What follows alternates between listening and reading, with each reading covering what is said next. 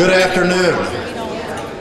On behalf of the Greater Hamilton Chamber of Commerce, welcome to the 2014 Small Business Person of the Year Luncheon.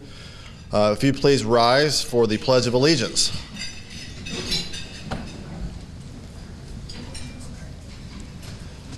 I pledge allegiance to the flag of the United States of America and to the republic for which it stands, one nation, under God, indivisible, with liberty and justice for all.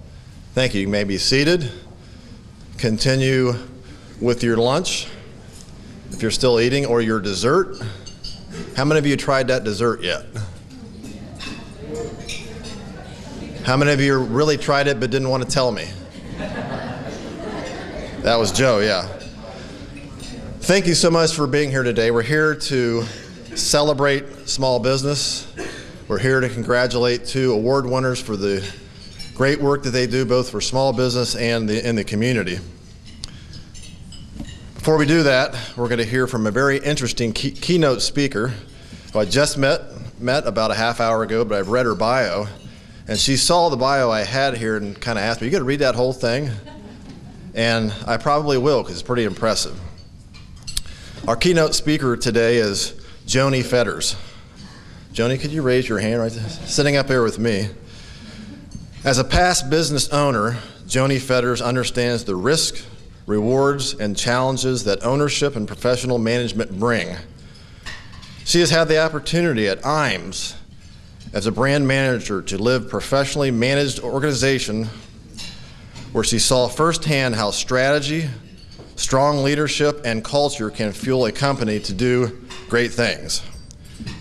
In her pursuit of her entrepreneurial aspirations, Joni left IAMS to co-found a technology services company and become an Aileron client service herself. Taking the course for presidents, establishing an outside board of directors, and utilizing strategic planning.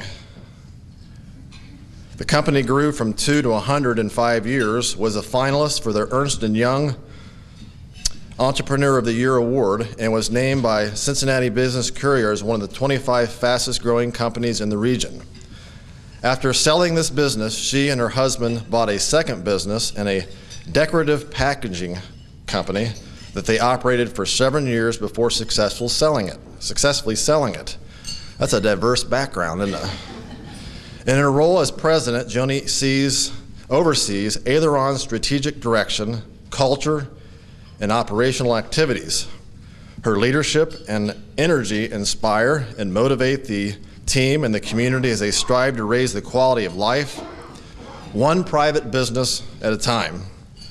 Joni received her bachelor's degree in business from Miami University and her MBA from Xavier University. She is married to her college sweetheart, Jim, and they have 3 children and 2 dogs. Are you proud of those dogs? Okay. Please welcome Joni Fetters. But thank you so much for having me here today. I get to talk about one of my favorite topics, small business. And it wasn't always love at first sight. As you know, I graduated from Miami. And I don't, with this crowd, have to say Miami of Ohio, so that's really nice. But I went into school to be a teacher, and then I changed to be a psychologist, and then I went to an athletic director, and then I think I hit a few more things. So somehow I landed in a business degree, and I was too afraid to call my dad and tell him I was changing majors one more time. So I went ahead and stuck with it, and I started off working at Jergens and then the IAMS company. Then I had this unique opportunity to start a business with a partner. And I thought, that sounds really neat, kind of exciting, and it'll be really fun to do. Little did I know that the first day we would sign our life away, we'd sign our house away, we'd sign our kids' college educations, accounts away. And so it became a very interesting proposition. And as we were struggling through this, I think, as Clay says, you work 16 hours a day to avoid working 8 hours for somebody else when you own a small business. And as you're working and you're stressed out about your financials and the growing and the employees and all that kind of stuff, you start to question, why am I doing this? What am I in this for? And what's the purpose of this? And I really struggled. My mother was a nurse. My sister works with in the special education area. So I'm like, what's the vocation of business? And I went to this place called the Center for Entrepreneurial Education, which is now Aileron, and started talking to people. And Clay was the founder of the Imes Company. And so I had worked for him before. And he is one of these most incredible people. You sit down and you start to talk about economies and culture and how it all flows together. And I started to really have a really strong appreciation for what small business does for a community. So this is Aileron. It's a national nonprofit. We serve over 3,000 companies, small businesses a year, typically between 1 and 20 million in sales. We're not the startup people, and we're not the large group, but we're the people that work with the businesses that are in that high growth potential range from that perspective. And Clay was the owner of the Imes Company, and as you know, he sold, or maybe you don't know, but he sold the Imes Company to Procter & Gamble for $2.3 billion. So let me say that again, $2.3 billion. Okay, yeah, so there's a big B on there. And sometimes I sit down and I just write it out, just for fun, to say, what's it look like? He is a success story in himself. He started the Imes Company when it was $500,000 in sales. So $500,000 to $2.3 billion. And the interesting aspect of how the Imes Company grew was a lot around working with Paul Imes, who was the inventor and the love for the nutrition, and then growing into a national worldwide company with a very strong vision of becoming the world leader in dog and cat nutrition. So I had the opportunity to work there and watch that unfold. And then Clay took that money, though, and he's a big philanthropist and believes in philanthropy and giving, but he does believe in doing it responsibly. And one of his second dreams, first dream was to own a business, second dream was to own a successful business that gave back in some way, was to help other entrepreneurs like he had been helped going through this. And he recognized this stage of business is extremely, extremely hard. So what he wanted to do was start this place. So our campus is 70,000 square feet. It's designed for businesses to come, privately held businesses to come and bring their teams to work there, to work on their business, to kind of get out of the day-to-day. It's got workshop rooms, we have walking trails, and waterfalls, and so it's kind of a nice place to hang out. People ask me, because I live in Westchester, you drive to Tip City, Ohio, it's an hour drive, and I'm like, you should see where I work. It's pretty nice. So anyway, this place has been founded with a $150 million endowment. And we have been operating now for 11 years within that structure, and it's gotten to a point where we're in a sustainable position where we can operate, because Clay had put on the table, can you operate this place forever and help businesses forever? So financially, we've gotten in that place. So what do we do there, and why would Clay invest $150 million in this particular place? And the whole vision of Aileron is very similar to what your chambers have done. And chambers have been here supporting small businesses forever. They've been the biggest engine or the biggest supporter of small business. And it's because they know exactly what Clay knows and exactly what many of us know, and that small business is big. And if you want to think about it, there are 23 million small businesses in the world, and 54% of the revenue generated in our country is from the small business. 55% of all the jobs are created by small business. I mean, just think about that number. Over half the people you meet are employed by small business. The small little businesses that are landscapers or doctor's offices or whatever it might be, these are the people that are really holding up our economy. Since 1990, large business has laid off 4 million people, and small business has created 8 million jobs. So there's just an incredible dynamic going on and a shift, and it gets back to the roots of what we started on as a country. So it's important that the small businesses thrive, and they have an incredible place in our hearts as far as the respect. So let's think about a little bit behind what the job is, and this is where Clay had to talk to me about the vocation part of small business. You always hear people throw around jobs. You know, this many jobs created, this many jobs laid off. It's always making the news. And quite honestly, small business doesn't always really get a lot of recognition for the hard work that they put in. But let's think about what happens behind a job, and you've seen that here personally here in Hamilton. For the individual, there's all sorts of benefits. Obviously, there's the financial aspect that they can support a family, they can support themselves, it's self-sufficiency, and then over time, wealth is created. There are benefits that are provided from a personal perspective as well as a family perspective, and people thrive in their jobs, hopefully, as the cultures develop and create new people. They create opportunities for people to personally grow and develop, to go to school, to learn on the job, to increase their skill set. So there's all sorts of benefits that go to the individual just for being employed. If you look at the opposite side, there's statistics that show for people that are unemployed, they're twice as likely to have alcohol problems, to get divorced, to have domestic issues, all sorts of negative impacts when people aren't employed. So out here, you guys employ people, and that's the important aspect behind it. What happens in a community? You have an incredible few stories, I think, with Jane talking about 61 years a business has been here in Hamilton. They're committed to Hamilton. Over the time, there's stability with businesses that are thriving and growing, and they're stable. And that's huge. I think Jane's story is incredible from the standpoint they went through 2008, 2009, and they didn't lay off a person. That's huge. I mean, that's not what the story was out on the marketplace. It was a very somber time. But small businesses worked really, really hard. I saw a lot of small businesses at that time convince their employees or talk to their employees about taking a reduction so we don't have to lay anybody off, or work less hours so we don't have to lay over. There was a lot of creativity that went on versus we just got to cut so many people. Innovation happens in these companies and supports the communities. The giving, obviously, happens here from the standpoint, you see Joel as far as what he's giving, and we talked to some other people out there that are serving on boards. And I've lived in Westchester for 25 years now and had the opportunity to drive through Hamilton, and Hamilton has really continued to thrive as a community. It's neat. I rode on your bike paths, I go through your ice sculptures, things, you see the different buildings, the creation. I think Jane's invested in another square foot and more in her equipment. So you see that it just continues to build all sorts of things. And then I'll say the bad word, taxes. So we're not fond of taxes. You know, not everybody's really excited to pay those, but the taxes are generated when you have small businesses that are working and paying taxes, and you have people employed and paying taxes. So there is so much that goes behind that one number, that 100 new jobs created. 50 new jobs, there's people, there's families, there's communities that thrive because of that. So that's the important part of it. So let's talk just a little bit about what the journey is of a small business owner. And I think you're going to probably talk to Jane's story later.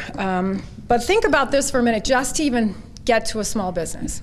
For everybody that you've ever gone to a cocktail party and someone goes, oh, I have an idea for a small business. I think I'm going to start this business. I think I'm going to do this, whatever. Out of 100 people you talk to, probably one will actually maybe sit down and write out the idea, to think about it. Maybe it's 1 out of 1,000, to be honest with you.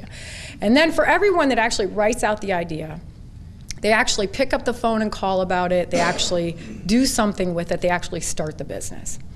And what do you think the success rate is of people going from 1 to 4 years? 20%? Yeah, it's small. So you just think about this funnel. It's getting smaller and smaller and smaller and smaller.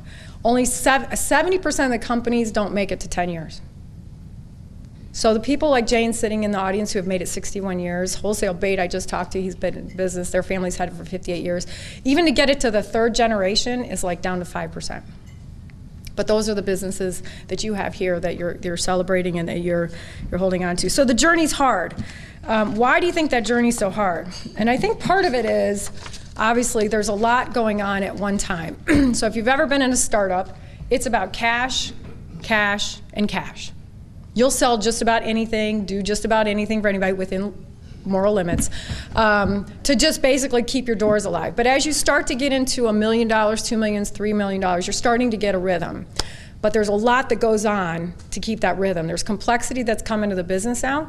You now have 1 person, 10 people, 20 people, 30 people, 40 people. So when a business owner was a startup, he could or she could manage the 6 or 7 people below you.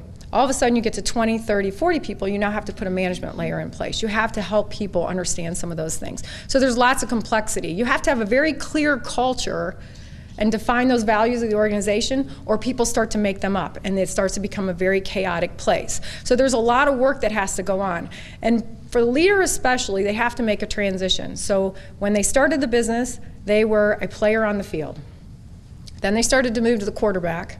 They started kind of organizing people. And over time, they have to move to that general manager role. They have to start looking out for the business from a longer-term perspective. And it's a really hard shift to make because it's more rewarding to pick up the phone and deliver the truck or make the sales call or deliver the sales proposal because it's urgent. But what's really important is, do I understand what the economy is going to look like in 5 years, and how am I getting my business ready for that? So we had an example of a restaurant who was two restaurants that were 5 stars.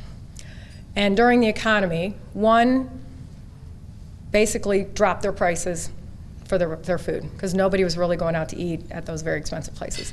The other one, I guess, basically ramped up their bar menu and kept their prices the same in the restaurant business. When the economy rebounded in 3 years, who was in a better spot? And it was the person that had done the bar food because he had thought through the strategy of what's it going to look like in 3 years, not what does it look like right now. And that's the challenge for business owners. This is what we call professional management. This is just looking at the high-level areas of responsibility you as leaders have to really look at, which is looking at the longer-term part of running that business. And it's not easy. So I just want to close with one thought. And that is, thank you for what you guys do, for raising the quality of life. I know every person in here wouldn't be here if they weren't trying to make Hamilton and their local communities a better place. And you're doing that by helping businesses thrive, by helping your organizations thrive, become professionally managed. And from the bottom of our hearts, we want to thank people who put their capital at risk to employ other people. It's an extremely high calling. It's very tough. Role to play, but when you employ others, you're doing quite a honor to our country and to each other. So with that, thank you very much, and enjoy your speakers or your celebration of your award recipients.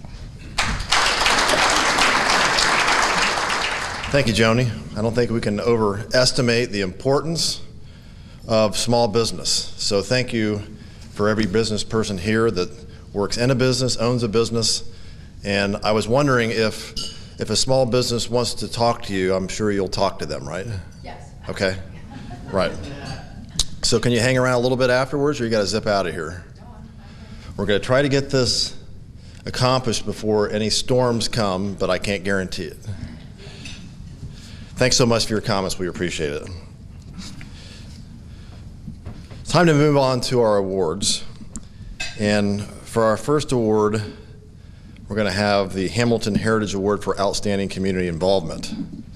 This is the 13th year for the award, and the recipients are selected by past recipients of the award. I'd like to take this moment to recognize our past recipients, some of who are in attendance today. We have many others that couldn't be here today. I'd like you to stand when I call your name, and please hold your applause to the end. And we'll start with Mary Reimer. Joe Blue, you can continue to stand, please. Jim Fitton and Dave Lippert. I think I saw Dave. Let's give them a hand.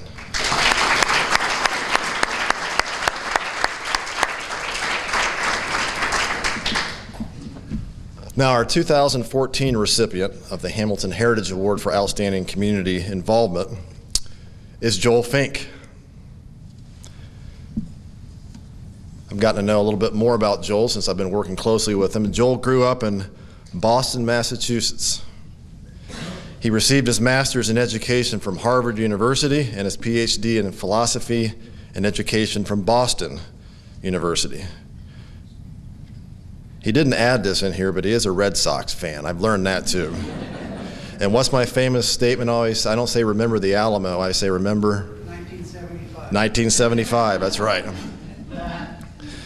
Prior to moving to Ohio, he was a university faculty member, an assistant high school principal, and an elementary principal.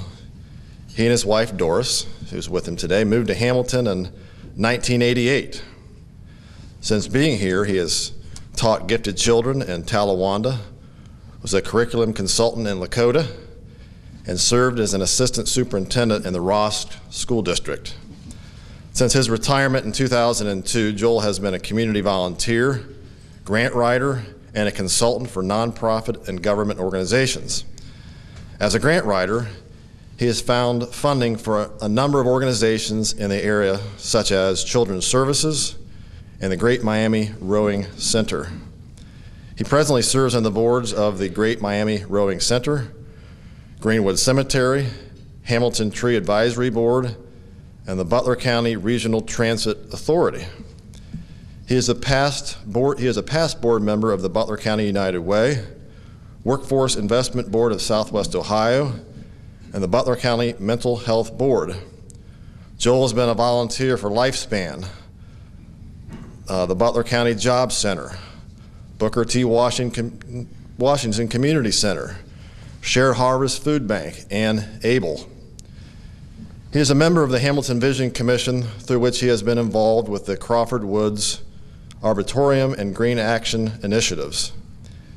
He has also helped with the city's Sense of Place initiative and is involved, I would say deeply involved, with the Skills Central initiative of the Greater Hamilton Chamber of Commerce and Hamilton Community Foundation. Did I say deeply involved? Deeply involved. Joel is a quiet achiever, demonstrating creativity, vision, leadership, and citizenship by providing support to programs and activities that positively impact the welfare of Hamilton and its citizens. He gladly donates much of his personal time and resources to improve the quality of life of our community. Ladies and gentlemen, please welcome me in congratulating our 2014 Hamilton Heritage Award for Outstanding Community Involvement winner, Mr. Joel Fink. Joel.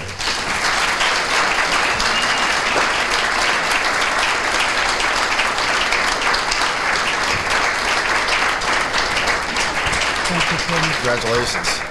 I have the award to present to him, also a proclamation from the governor's office. So I think there's a representative from the governor's office today. Sherry, thanks so much for this.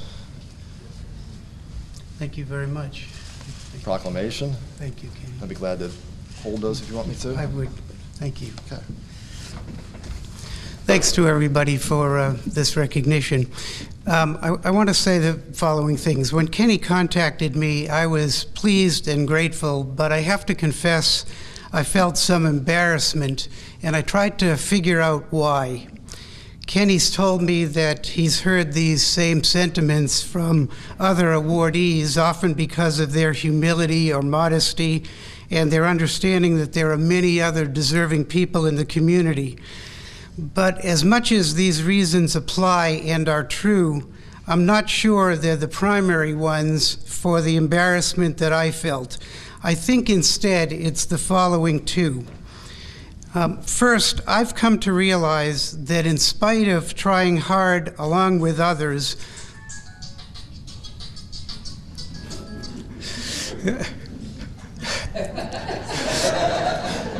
love those devices. In spite of trying hard and along with others, my contributions to solving the really big problems that I care about are pretty small. I'm not really doing much to eliminate poverty, to reduce unemployment, to make it possible for people without private transportation to get where they want to go when they want to using public transportation, to achieving energy sustainability, to creating cohesive, caring neighborhoods in Hamilton.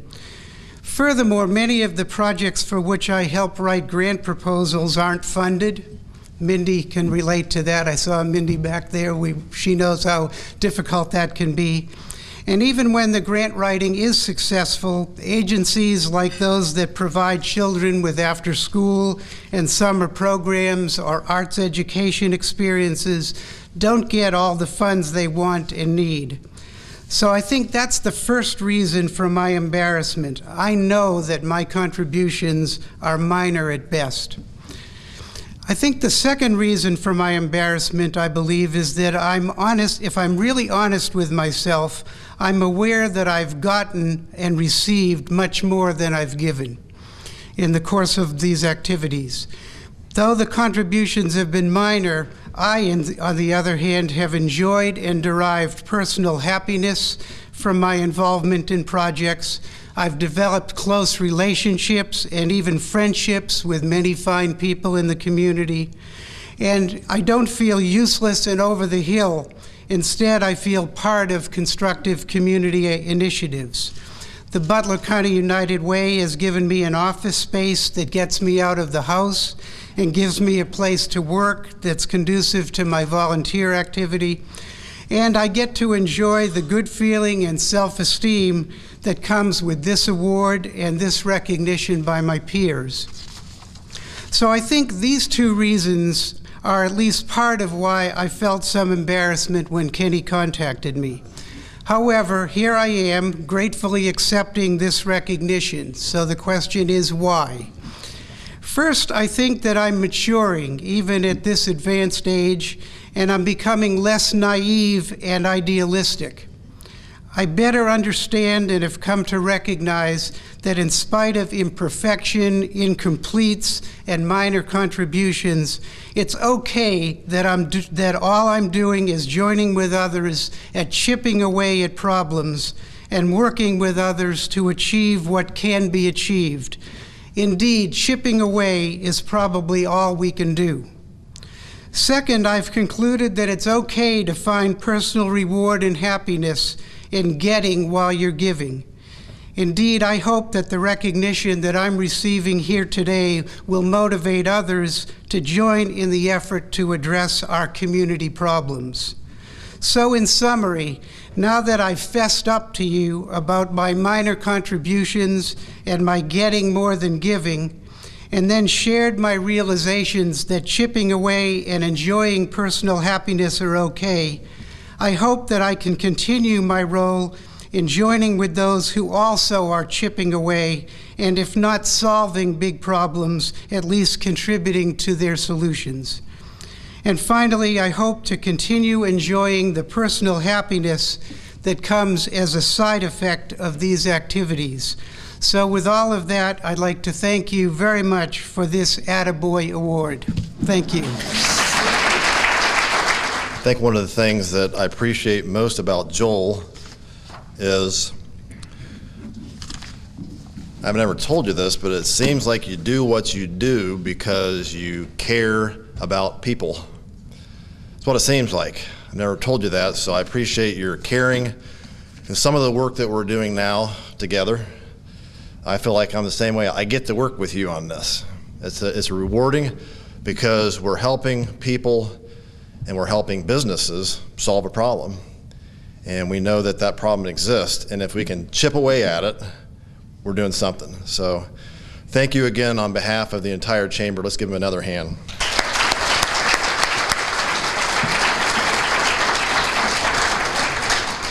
But still remember 75. I don't think this year it's going to be a problem. Probably not. Our 2014 Small Business Person of the Year goes to Jane Johnson of Quality Publishing Company. Another fascinating story. If you read a little bit about it in the newspaper, you already know some of it. Jane Johnson is a lifelong resident of Butler County. Her parents, Marvin and Jean Pettit, established Quality Publishing in 1953 in a small storefront building on Ludlow Street in Hamilton. Since those humble beginnings, Quality Publishing has continued to progress, moving to a larger facility on Grand Boulevard in 1969. Certainly you weren't working there then. No. Over the years, the company continued to invest in the latest state-of-the-art equipment and dedicated employees to ensure the best possible service to the company's growing customer base. To continue the legacy forward, Jane and her husband, Tim, arranged to purchase the business in 1986. You were there then. Their involvement and new energy injected even more growth into the business, requiring an even larger facility. The businesses established stability, which allowed the Johnsons to work with a local financial community to design and build a brand new print facility.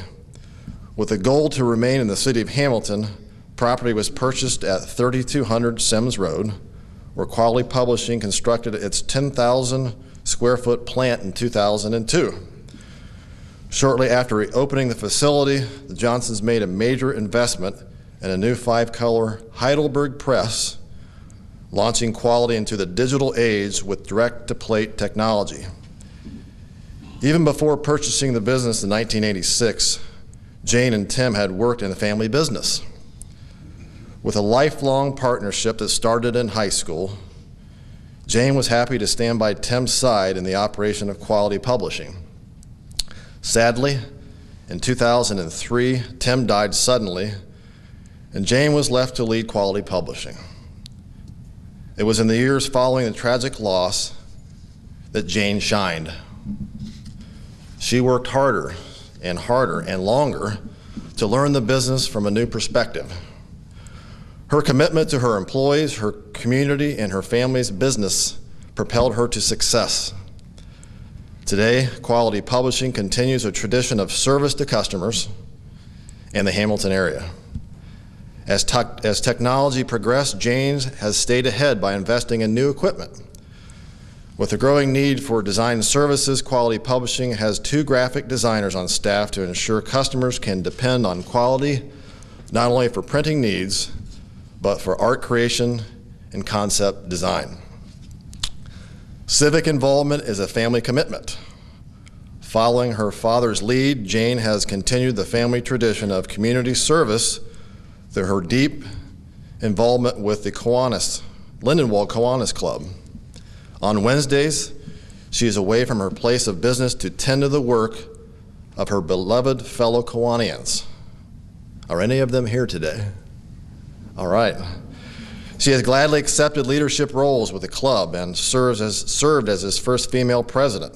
In addition to leadership positions with the Kiwanis, Jane has immersed herself in club functions, including Pancake Day, Safety Town, Spelling Bee, and other events as needed. She has also worked with the annual United Way campaign, serving as a past chairman, campaign co-chair. When possible, Jane is quick to donate or provide at cost-cutting printing services to worthy charities. Jane has one son, David, who's with us today, who has joined her in the family business, a daughter-in-law, Rhonda, who's with us today, and a granddaughter, Libby, who's not with us today. This is another story that not only is an encouraging business story, but clearly touches one's heart as you realize what Jane has been through. Please welcome me and congratulating Jane Johnson for the 2014 Small Business Person of the Year. Jane.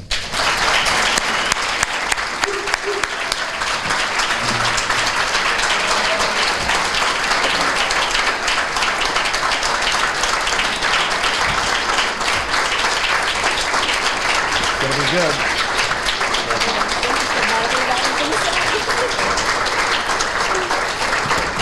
This is what you're going to get. Thank you. I also have a proclamation from the governor for Jane and her award, but I'm going to hold on to it. Okay, great. All right. Thank you. Welcome, everybody, and I'm so proud to be here today along with Joel. And I'd like to thank the Hamilton Chamber of Commerce for this wonderful luncheon and for this very unexpected award. And like I said, I'm so honored. What an honor to be recognized as Small Business Person of the Year, to be in the same category as the winners before me. I'd like to congratulate Joel again for receiving his award. He knows how important it is to give back when possible. As you just heard my story, and I have a lot of them I wanted to repeat, which is in my speech, but as a family business in the 3rd generation, this honor is not only for me, but the honor is especially for my late parents, Marvin and Jean Pettit, who bought an existing business in 1953 because of Dad's love of the industry. My late husband, Tim, who was my soulmate and teammate. Our son, David, when losing his father, helped me to continue moving the business forward. David has the passion and the drive to succeed in a changing high-tech industry. He is very creative and will carry on the family legacy. My dedicated employees, I couldn't have done this without them over the years. And of course, all the loyal customers here in the area and all my family members who have always been there to inspire me. I have been blessed to have all of them in my life. I have been in the industry all my life, having parents who were the original owners. Husband Tim and I bought the company in 1986 when my parents' health was failing. We knew it was time to move on with our dreams of owning the business, the family business. I've always enjoyed working with customers to create a beautiful printed piece, to help customers with their ideas, and to see the finished products roll off the press, as Ron knows. It's so rewarding to me. Seeing and hearing our customers say how pleased they are to have literature that they are so proud of to either mail out or hand out. My parents always instilled in me that the success of business was good customer service. As a salesperson, you hear the saying, if you do not take care of your customers, someone else will, which is even truer today in the global economy. I enjoy meeting people and the challenges of keeping the company on the cutting edge with new technology that changes daily. My appreciation of this award is made greater by the fact that the business people and businesses that are here today know the hard work, determination, and good fortune that it takes to run a successful business. Every day is a new challenge. And as a prominent Hamilton business owner and friend, Neil Songen once said, nobody said it was going to be easy, and I sure found that out over the years. You understand that your business is not only responsible for your dreams and well-being, but also those of all of your employees who are like family. You will help them personally through their situations in every way you can. Beyond that, and this is where the business people in the area set the bar very high, they realize the importance of their support to their community. My parents and many of your parents volunteered in our community and will continue, not for any recognition, but because it's the right thing to do. I am proud to say that Quality Publishing, when have been asked to step up to the plate, we've always been able to help, maybe not with a home run, but that we helped as many as possible. As many of you know, I am a member of Lenawee Kiwanis Club. We are always there to support each other as well as our community. I would like to thank them for being here today. In our club, a lot of you probably don't know this, but in our club, if your photo is in the paper, you have to pay $1 for that photo that's brought in. So far, I haven't had to pay $1 for any photos. President Lou, here's my $1. And I'm pretty sure you're collecting as many as you can for not a heavy fine, but an awesome fine, which I am very honored to pay. In closing, I would like to say thank you to the Hamilton Chamber of Commerce for all their hard work and to inform area businesses, and the City of Hamilton leaders who have had a new vision for the city and are implementing those to move Hamilton forward, which is good for our business community. Again, thank you. Thank you for the committee, the nominating committee, and for everyone being here today.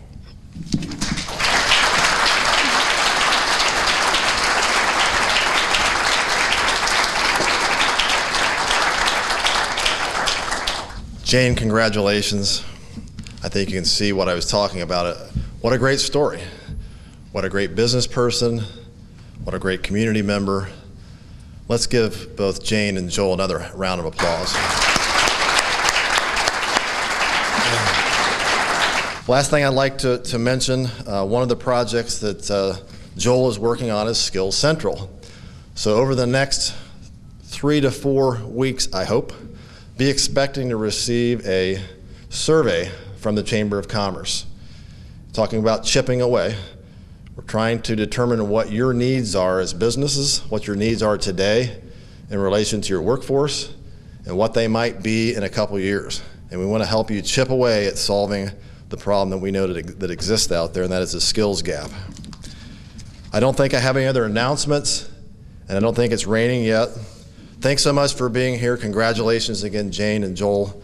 Thanks for all the work that you do. Have a great day. You're dismissed. Thank you.